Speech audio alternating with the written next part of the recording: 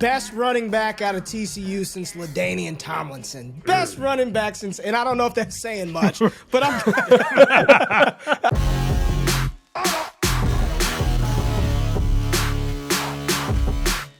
All right, everybody, welcome back to the station. Welcome back to the channel. It's your host, Ray Garvin, here for the Draft Network, and this is Pound the Table. I am joined by the talented scouting department. I'm so excited I can't even talk. Keith Sanchez, Kyle Krebs, Joe Marino, and Damian Parson. And I promise you, do not turn away. Turn the volume up, get the comments ready, and let these scouts have it, because this is going to be a battle royale. We're going to talk about every scout's going to go around the table, pound the table for their guy, and talk about why our colleagues are too low on said prospects. So, DP, I'm just going to sit back. I see people stretching, popping their neck. Joe was doing a little neck pop.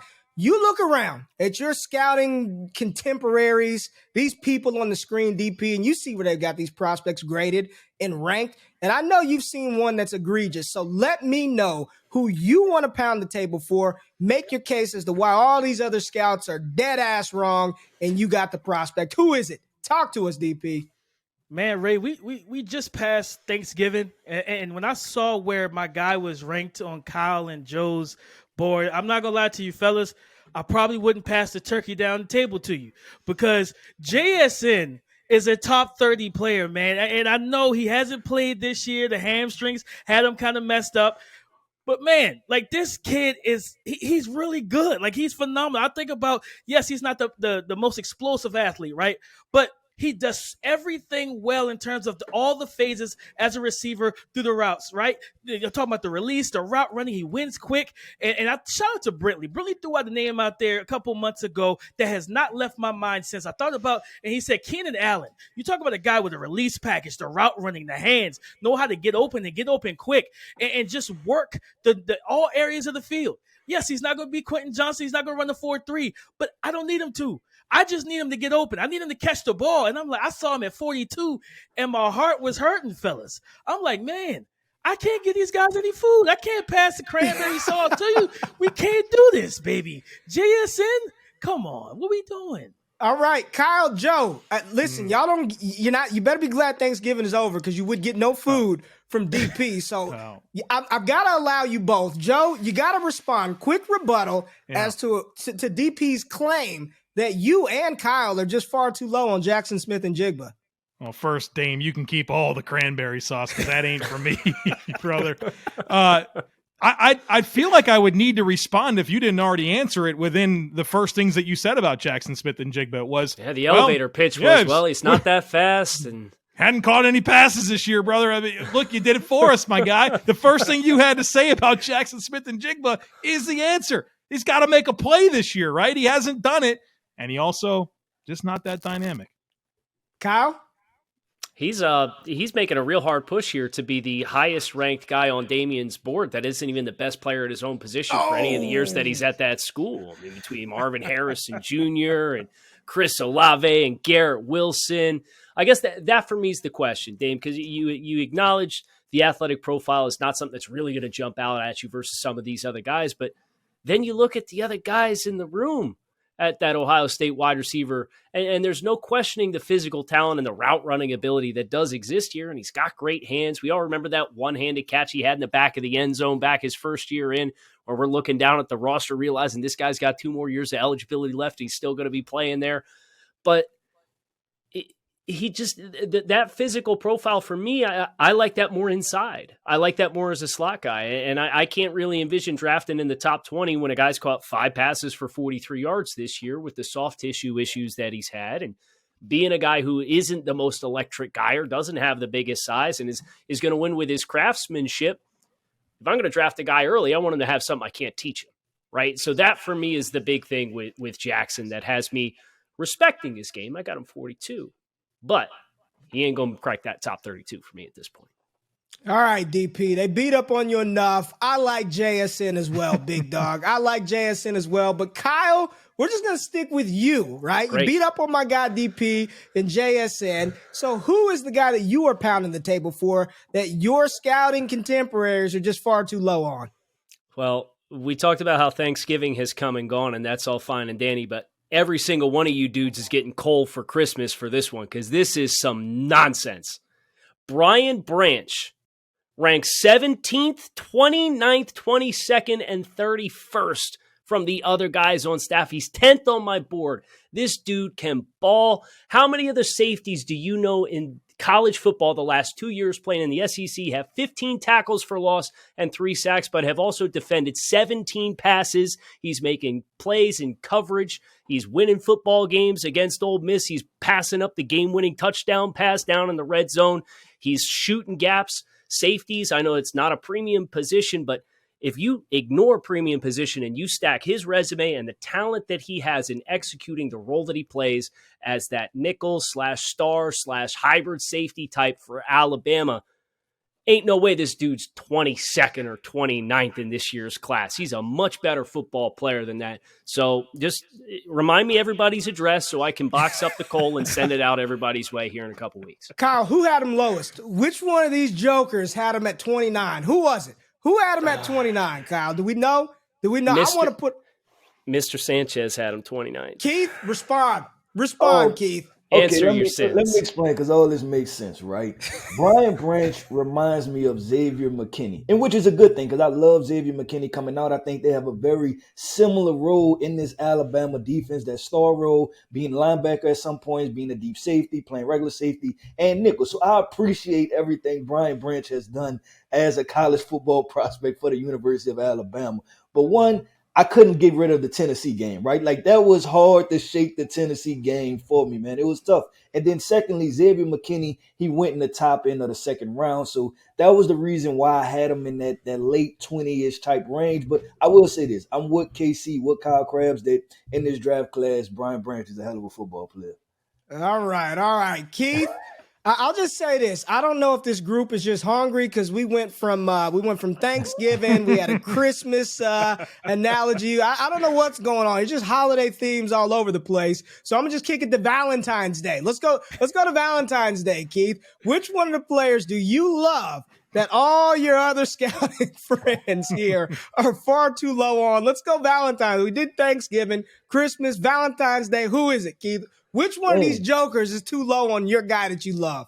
Valentine's Day. Let's talk about no love, baby. No love in their hearts for Michigan running back Blake Corum. What are we doing? This guy has over 1,400 yards. And I want to specifically look at DP, right? Because DP is my running back guy. And he also stands up for the shorter running backs who are shorter in stature.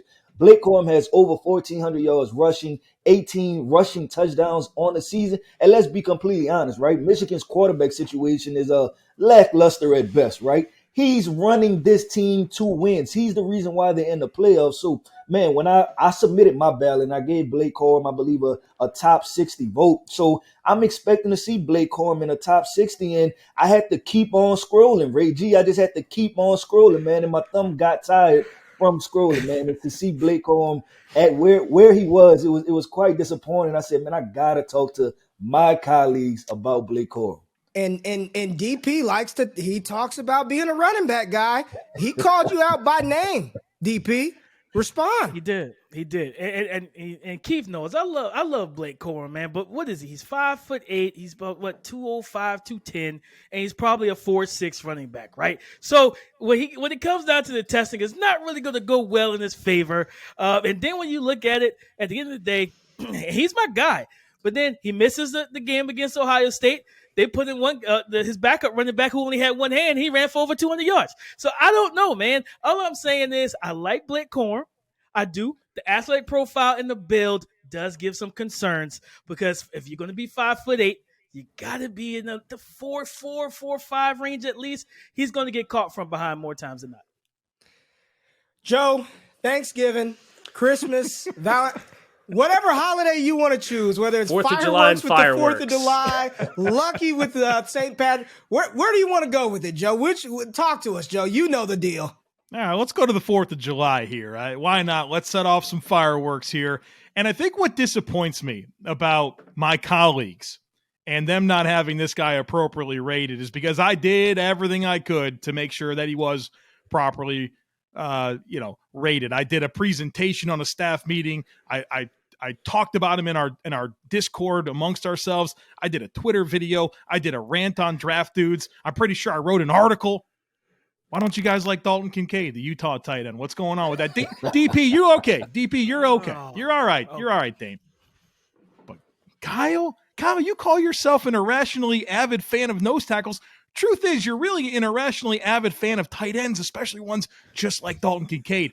And Keith, my guy, brother, he couldn't even get in your ballot, couldn't even get in the top 100. My guy, you are going to be kicking yourself when you pop on a tape, especially that USC tape, because he is a dominant football player. And, look, he has been so good. And just his story, 1 year of high school football, went to the University of San Diego to play football, was there for 2 years, goes to Utah, and Utah really unlocks the skill set. And he's just a very, very talented receiving tight end. He can run the routes, unbelievable hands and ball skills, only one drop in his career catching the football. And he's experienced and ready to do the things in the NFL that they ask tight ends to do, right? Coming from Utah where they live in 12 and even 13 personnel, he's going to be ready to go. And just the receiving skill set here is really, really exciting. I don't know how he can't be in the top 50 for everybody here. Joe, I'm with you. And you've got him mocked to the Detroit Lions in your most recent mock, your 4.0. Kyle, your name was called out specifically, quite aggressively by Joe down there. Please defend yourself, Kyle. I mean, I didn't realize having a guy as tight end 4 was disrespectful, but here we are. I had Dalton Kincaid ranked 77th, and he was behind Michael Mayer, which I think we all have projected as the top tight end in this year's class. Darnell Washington is a guy who alleviates some of the concerns about what the big transition is for a lot of tight ends, which is the ability to play in line and block and win in the running game and in pass protection. And for tight ends in general, like, unless I feel a lot of conviction about your ability to do that, you're going to be a little bit further down, because tight end is a position that you usually see guys have kind of that prolonged transition to make it. So I think both Mayer and Washington are the kind of blockers that justify having lofty rankings. And then the only other guy I have in front of him is Tucker Kraft, who I could get back on the soapbox and throw Tucker Kraft back in all of your faces, because everybody forgot this South Dakota State kid is an absolute baller in the passing game. And I liken his athletic profile probably to Dalton Kincaid, but I think Tucker Kraft is a little bit of a bigger, more dense player. So I'm tight end 4. I like him just fine, Joe. I just I hope you don't take it personally here that I had him ranked 77th and as a firm day 2 prospect when it's all said and done. Wait a minute, guys. Producer is in my ear right now. Producer's in my ear, and there's a player that none of you scouts have in the top 100.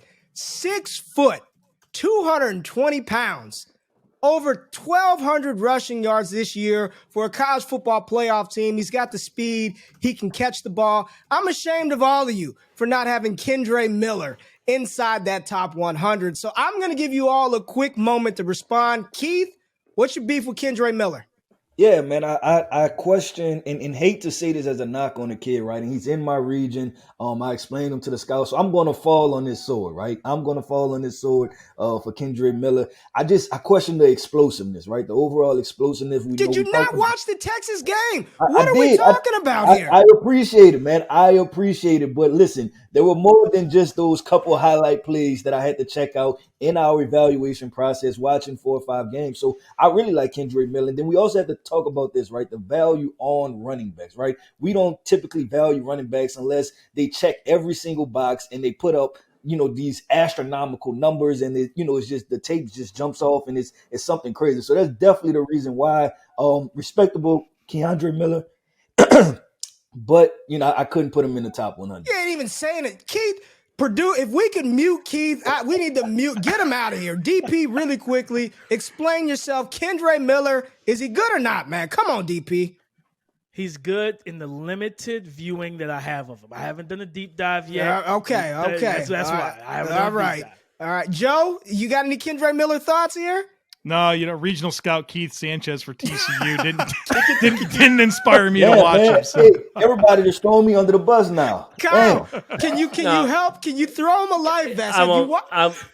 I won't throw Keith under the bus on this one. I agree with Keith's assessment, though. You know, he's a slippery player, but you see players that do come through at the running back position that make plays at the college level, and they're slippery, but they're not overly dynamic. And I think that is the thing, the big question for Kendre Miller. I think he's somebody that if he goes out in the pre-draft process and he tests really well, I think it's going to really invigorate his stock. But for me, that's one that I'm going to want to see that before I buy all the way in, because if not, then you get into the conversation of guys like Marion Grice coming out of Arizona State from a couple years to Joe. I know you remember that. Yeah, name. I felt something when you said that. Yeah, that's just the concern. I'm not saying that's who he is, but I just need to make sure that's not the kind of athletic profile that he is at the running back position. Best running back out of TCU since LaDainian Tomlinson. Best running back since, and I don't know if that's saying much, but I don't know if that's saying much. But the producer was in my ear. We had to talk Kendre Miller, but I appreciate all of you, pounding the table for your guy. This was a fun segment, and if you all out there listening or watching appreciated this one, hit that thumbs up button. You guys comment. Let us know who was too high, who's too low, who was out of their mind, who you agree with. Are you going to throw Keith that life vest? Are you guys going to throw Keith under the bus as well? But for our talented scouting department, and y'all, they put in a lot of work, right? Regional scouts, this will unfold. They're going to get to everybody, but this is the beauty of what we do. So we appreciate y'all's input, your scouting process, and your opinions. Whether we agree or disagree, the process is sound here at the Draft Network. So for Keith, Kyle, Joe, DP, and the entire Draft Network crew, that thumbs up button, subscribe on your way out. We appreciate it. We'll see you next month. We're out. Peace.